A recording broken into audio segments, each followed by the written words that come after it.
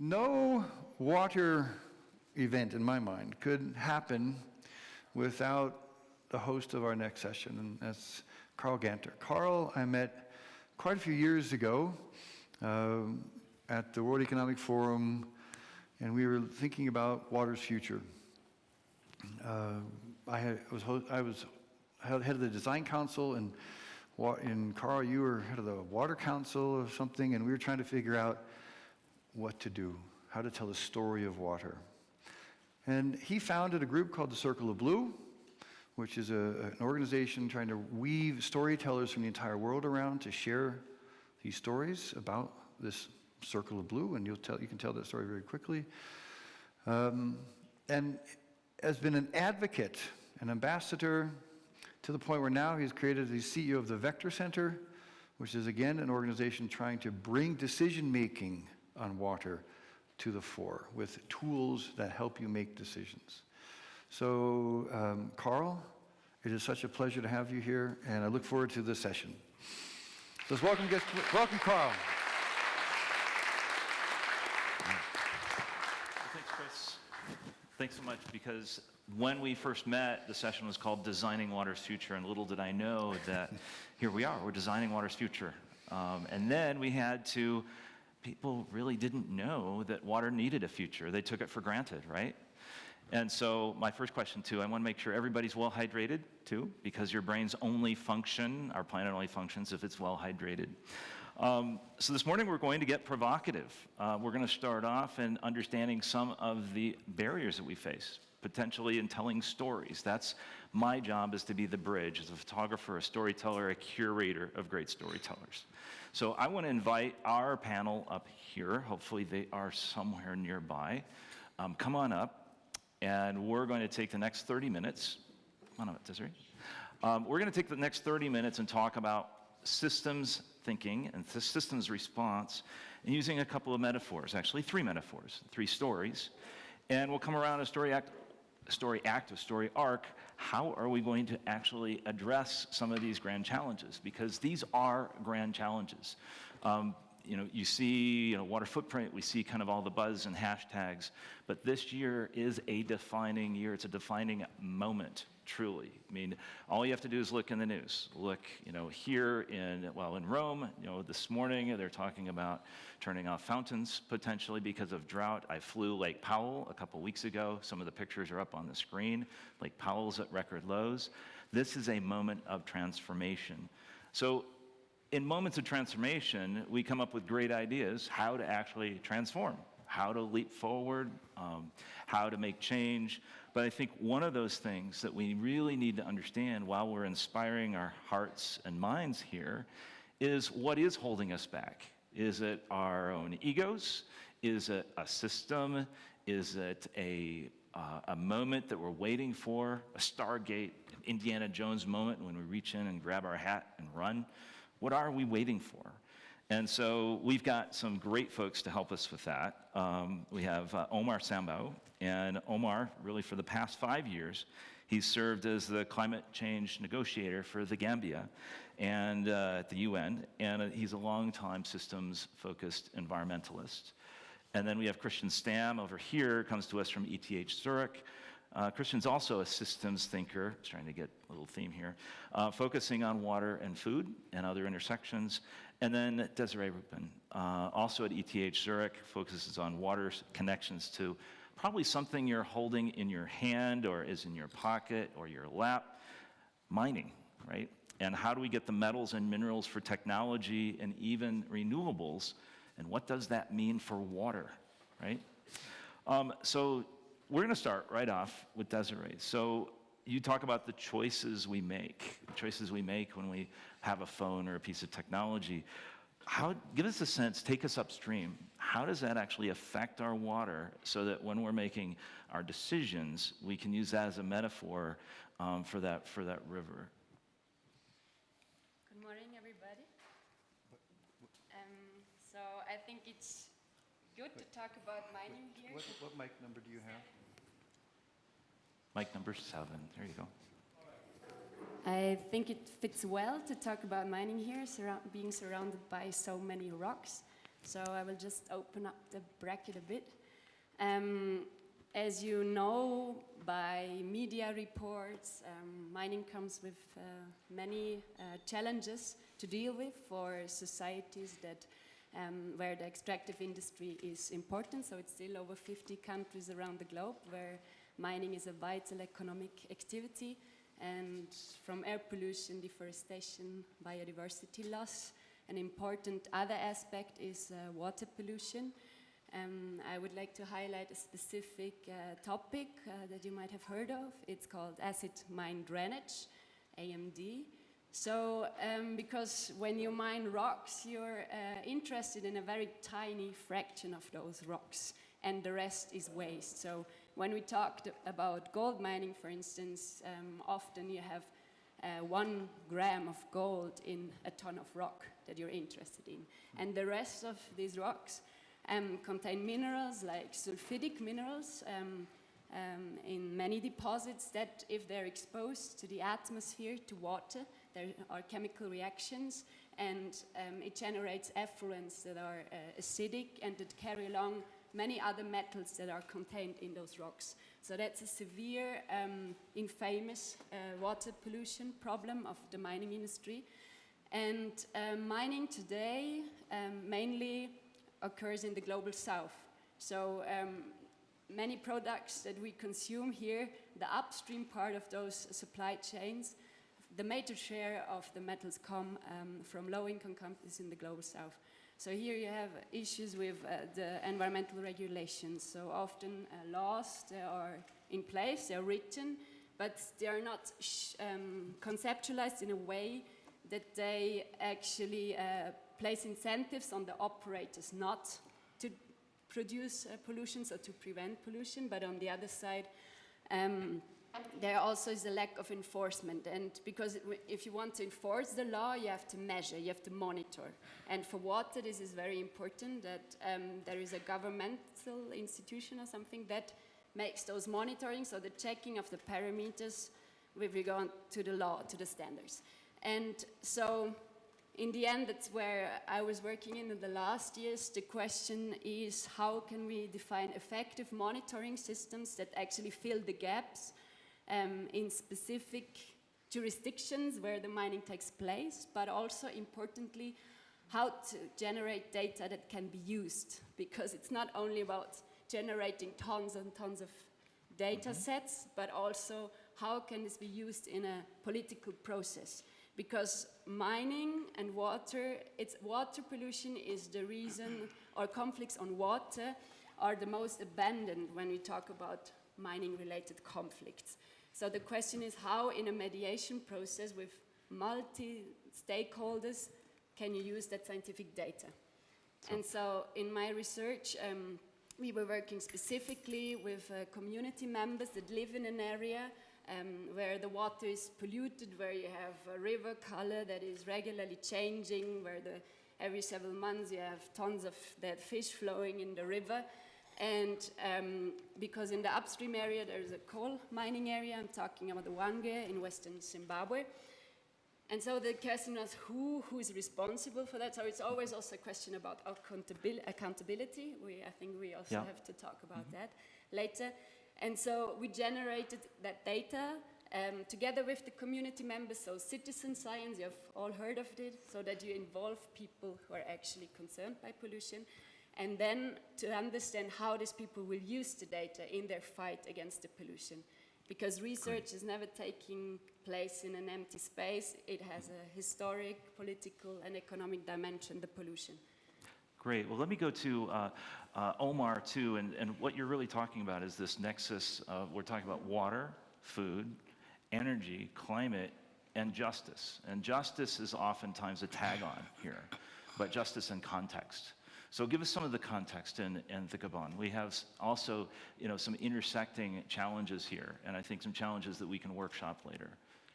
Thank you very much, and rightly so. That's what is happening across the global south. And the fact is that most of the great things we see around the globe that we want to possess or we want to have, the origin or probably how they actually extract some of these things happening in the global south, and the local communities are mostly left with devastating impacts, insupportable boarding of environmental degradation. And these people are just left with no options sometimes just to stand up and fight against some of these injustices happening, but mostly masterminded by the governments in place. And there might be enough scientific data or information to talk to people about what the wrongs are, but if there is no political will to change the wrongs, nothing definitely can be done. And across the globe, or probably, let's say, within the UN systems, we keep talking about common but differentiated responsibilities. We have a common problem altogether globally, but at the end of the day, there are more vulnerable communities that continue to be exploited, and they continue to be vulnerable, and they do not have the required voices in these platforms to speak for themselves, and those representing them sometimes are compromised in a way that they are not effectively representing this, people that are very much vulnerable to the impacts of either mining or either economic exploitation in one way or another by, business communities, or sometimes not just capitalists, but people who are only after profit. So bringing down the nexus to how resources are exploited and how capitalism works, and as well how governments in sub-Saharan Africa particularly aid and abet some of these processes, leaving their communities in abject poverty and sometimes in crisis of water availability, access to water, or even access to food. So these things are what is happening within my community and other communities in sub-Saharan Africa. But because there is no effective representation either in the parliaments, or you don't have implementable or probably laws that definitely anyone can rely on to seek justice or to seek redress to some of those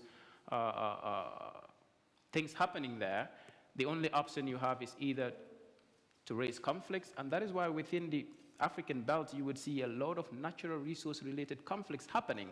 And of course, we do not make bullets, but you have people fighting with guns. Where are they getting them from? And who are actually funding some of these wars? And what is the interest in them? So that tells you that globally, we keep talking about conflicts are not good. We need to seek redress here and there. But of course, human beings make these bombs. We actually make these bullets, and we supply these communities that do not even have the ability to actually create some of these weapons. But if we seek simple scientific information to know water quality and to test our water qualities, we cannot. So if a community cannot test the water quality index of what you have, how can you really raise an alarm against a company that can really bring scientists from across the world and then do whatever they want to do to get the right information for them, and the communities are left with no information? So the reality in our communities is not just to come and talk in conferences, but it's about survival, because people are suffering day in and day out. In some parts of my country, people only have water in 2 hours because government provides water intermittently in different periods. And then sometimes some families need to be up at 2 a.m., between 2 to 4 a.m. to be able to fill their, bottles or whatever just to get water. And for the rest of the day, they wouldn't get water. Mm-hmm. Now, everybody in one way or another would need to go to the toilet. You need to probably take a shower. And then if you're still struggling to get water to consume, let alone get water for other activities. Yeah. This is how essential it is in some parts of the world. In some countries where wars are happening, people don't talk about showers and other things. People don't talk about getting a nice watch on. But this is where all these resources are coming from. And they are only left with the insupportable burden of devastation. They are just left with no support. They are just neglected, marginalized, and of course, sometimes the only option is those same people exploiting you will give you a weapon to say, fight for your right. Mm-hmm. That means kill each other, and then we can continue exploiting you for the rest of lifetime. So one of the big questions is, how do we give water a voice, right? Because it's sublimated. And this year, keep an eye on the calendar. This year, for the first time, March 2023, the UN will have the first water conference in 40 years. And that'll be in New York. And there'll also be a water conference before the COP27 climate conference in Egypt coming up. So there are moments to raise not just awareness, but raise action around water and everything it touches. Typically, water's been siloed, and even the water sector, talking about water and sanitation, water and industry, water and urban, water and rural, it's oftentimes siloed. So Christian, you look at some of these as conflicts, but also some of the connections and opportunities to solve those. Give us a sense of here in Switzerland and your perspective on particularly the water-food connections. Yep. Thank you very much, Carl. So different to what Omar just told, so my experience is more from the rich, wealthy global north. So that's a completely different rather different context. Governance in Switzerland is probably less of a problem. There are still issues we could improve on. But so if you look at the water tower of Europe, which is one of the names for Switzerland, so we have a lot of water, people think, but we still have a lot of water issues. So if you imagine every drop that leaves Switzerland at Basel with the Rhine, each drop has been on average turbined in a power plant 15 to 16 times on its way from, let's say here, down to the outlet from Switzerland. So this is just a number illustrating the intensive use of what we do with water resources in this country. And at some point, you reach the level that you have different societal demands, producing food, producing power for consumption, drinking water, whatever. And at some point, the limited resources, and water is a limited resource, gets to a point where you don't have much margin left. And in many situations in Switzerland, we are at that point. One very kind of topical moment right now is the issue about to get out of the fossil fuel production and how to produce energy. So hydropower is the big hype, but what about the water in the streams? So what is the potential in Switzerland to really produce more hydropower without having really bad further consequences on ecosystem services? And so there's a hype with e-mobility. Okay, we get rid of the old-fashioned cars. Everyone has a Tesla, whatever. Is that the solution? I think we need to think about, okay, what is really the limit? I mean, we talked about limits of the planet, and we need not just to think about how can we produce what we need or are used to need today in a more efficient way. At some point, we need to reflect what are really the resources and the limits, and is there still a potential to improve, or do we need to think about, okay, also the demand needs to change? And I mean, this then also goes to the food production, and we had those nice insect burgers, tasty, and I mean, by really making a substantial shift in how we produce certain food items, this might have an impact, also the need for water in agriculture. No, that's great. And so really, I mean, looking ahead, even by 2030, we're going to have a water gap. They're saying a 40% water gap between demand and supply. And a lot of that can be managed, whether it's an insect burger, shifting our food, agricultural production, depending on where you are, between 70 to 90% of the water consumed. You will see this summer and this fall a reset of assumptions in the American West. There are some farmers that are getting 5% of their agricultural allocation of water for growing crops. And so how do we capture these transformational moments? What's missing? Because it typically, again, like I said, the water sector has been very siloed, and typically the climate folks don't hang out with the water folks, don't hang out with the food folks. This is a moment. This is either a crucible moment where we can fall to status quo, or we can move forward and drive transformation. So what does transformation look like? We have an amazing group here. What is that? Not just call to action. We see the time to act is now at the bottom of the op-eds, right? Well, the time to act was 2008, earlier. What are we going to do walking out of here that's going to empower the communities, push back, provide accountability and transparency? What can we do in the mining industry? How can we give water a voice? I think Omar mentioned that many people, many communities, they are not represented by the parliament. So with respect to that, if you want to still hold actors accountable, there's this process of social accountability so that citizens directly hold government representatives or industry representatives accountable. So this, in my experience with my research, it showed that this works with local power holders, so people that are living in the same area and the same community that you can directly face. So there, for instance, citizens that use the data from the community-based monitoring that were able to achieve specific objectives like having access to drinking water boreholes, getting them drilled. But this is limited at a certain level, because I think we also have to talk about power dynamics, power hierarchies, and there, to really achieve accountability, there is a need to push from above. And I mean, mining companies, even if they're local, they produce for global production networks. I mean, it's a globalized economy, so it goes above the nation-state jurisdiction, and there are very powerful actors like multinational companies that could support, in our experience, these very bottom-up initiatives and help to push from above through consistent due diligence. So I think an important word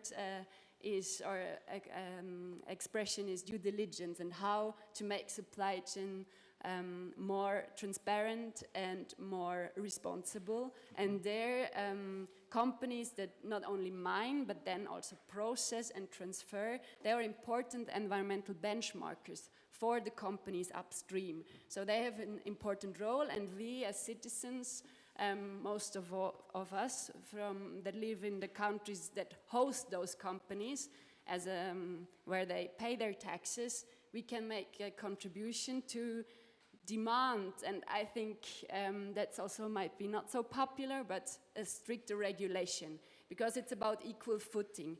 If companies, environment comes with a cost, environmental management. So it only works that if companies have a same playground. Mm-hmm.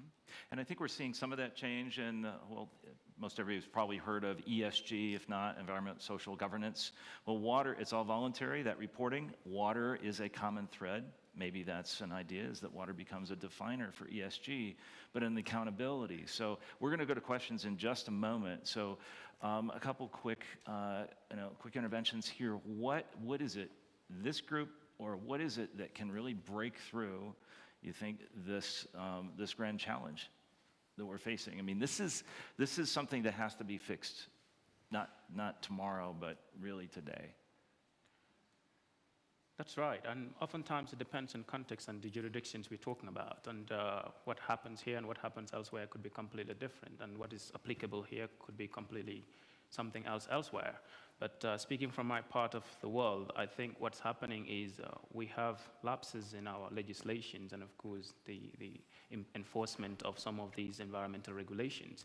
And what we are doing, and to be honest with you, it might be radical, but it's quite working well, is that communities are building resilience against some of these, pollution and activities happening, simply because we're raising a lot of awareness and people are getting to understand their environmental responsibilities and rising up to say this is wrong and it cannot continue to happen.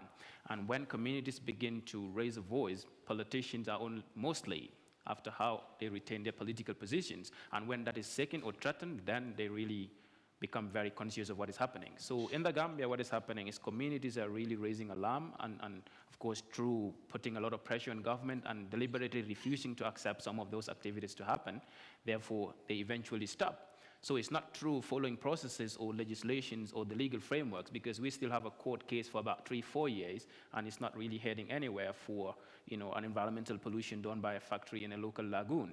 So I think in our context, we require still a lot of capacity building, because there still exists a high capacity gap that people really would talk about problems that they cannot really provide justifications, or they cannot really give information or scientific justifications to them.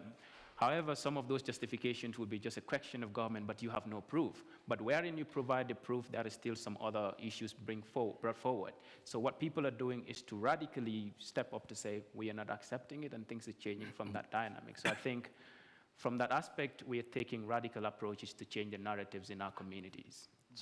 radical approaches and with persistence. We talked a little bit about that. So Christian, what is that? So we're talking, again, systems change, and your point is so well taken that water is a local issue. If it's three things, it's local, local, and local. We learned that there are you can't just tweet $20 to an organization and hope that the world's water problems change.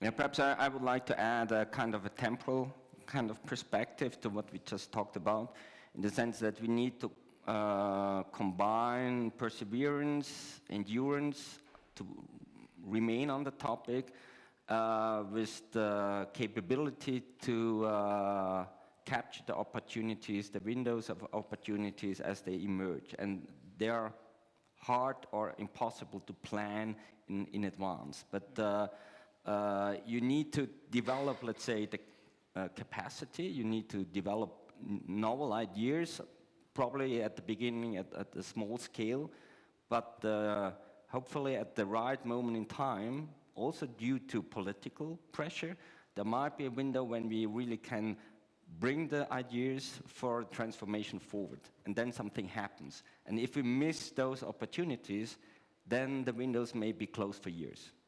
And I think we need to be fast and still, so a sprinter and a marathon runner. So we need to combine those kind of features, which is a little bit tricky.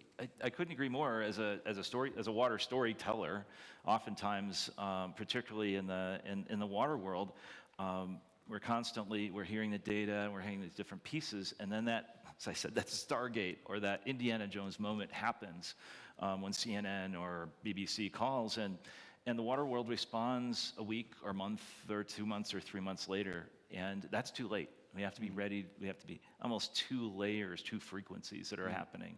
So being able to jump forward. Who would like to? We've got time for maybe one or two quick questions. Questions, not necessarily statements. If our microphone runners can pick out, where are our microphones here? Right up here in the corner. Here comes Svenja.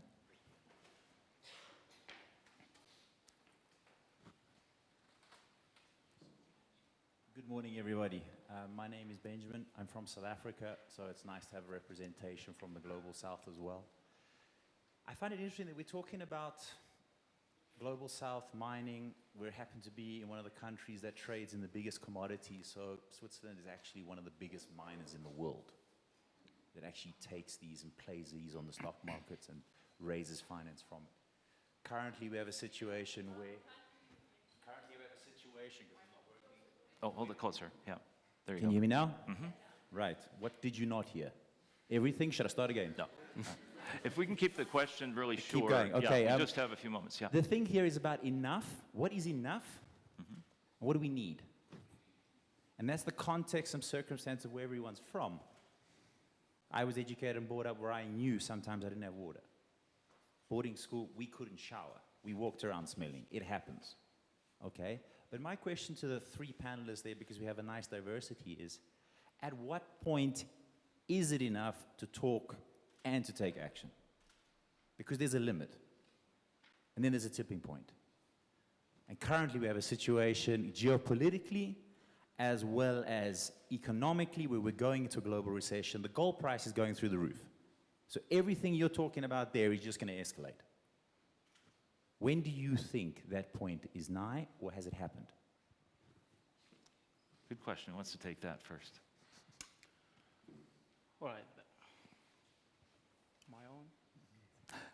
Thank you very much. I think that's quite a very relevant question. And being in the negotiations within the UN space, and you would realize that a lot of papers have been done, a lot of talk has been done. It's 26 years of climate negotiations, and the globe is getting warmer than it was before the beginning of these negotiations.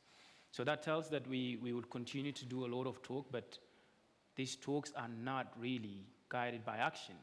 Now, if you come down to what is happening in the global south, when we talk about people not having, access to water to even consume or to even sour, that tells that we've got to the level that it's not about how long should we continue the conversation. It's about how urgently we rise up to the occasion to ensure that actions are done. And in my part of the world now, what people are doing, local communities. I think it's better to work with local communities than to depend on the international community, because probably we do a lot of fancy talks and use very big jargons, like my little brother would say, in environment space, you use very fanciful words, and then we don't really see them in action. So communities are really getting up to say, this is wrong, we are not accepting it. I think that way, those on the top would eventually get to understand. So I think the bottom-top approach of people building their own resilience capacity and then standing up to the authorities is the right way in the right direction.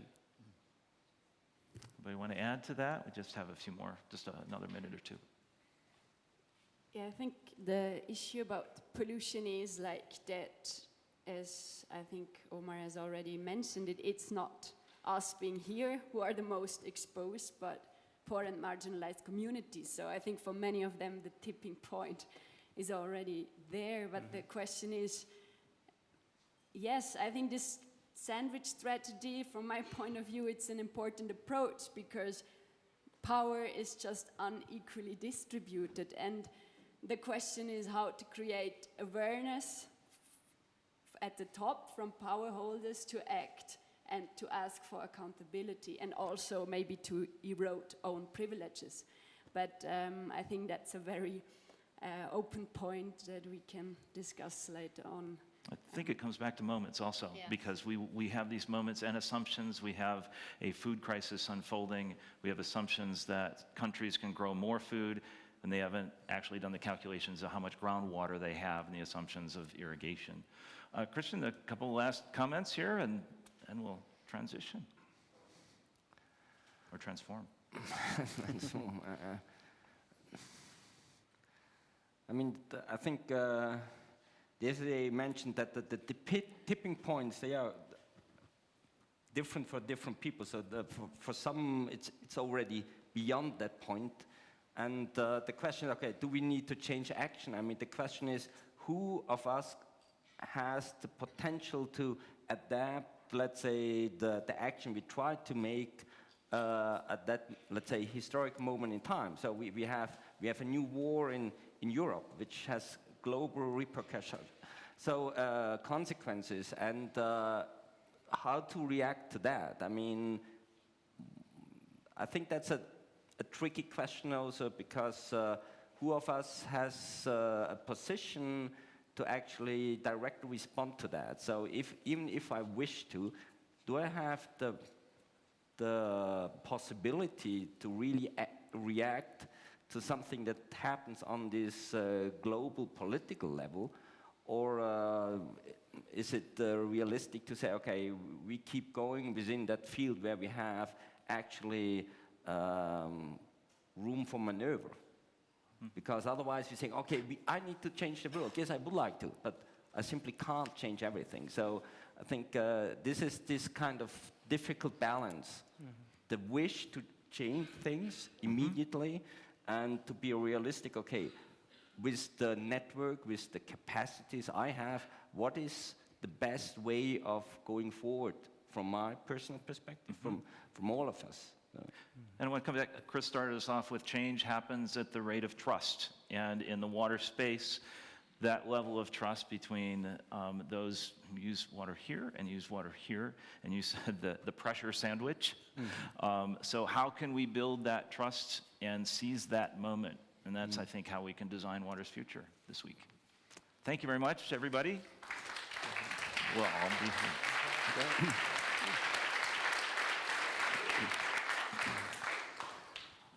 Thank you so very, very much. That was really wonderful.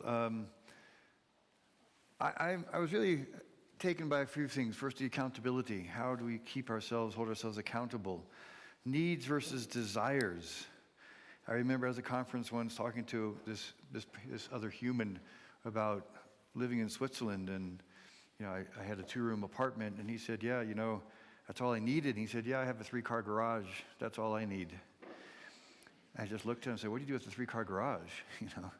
And the thousands of square feet to go with it. He said, well, that's what I need. It's sort of one of those screeching moments of disconnect. Local. And I think part of the really important to think about what is it we can do and not be paralyzed by all the things we can't do anything about. And to me, this is something that, again, I have to come back all the time, think, what can I do? Not focus on what I can't do, but what can I do? And hopefully over the next few days, we're really focused on those things we can do. So I think, thank you for that, Carl and team. That was really wonderful.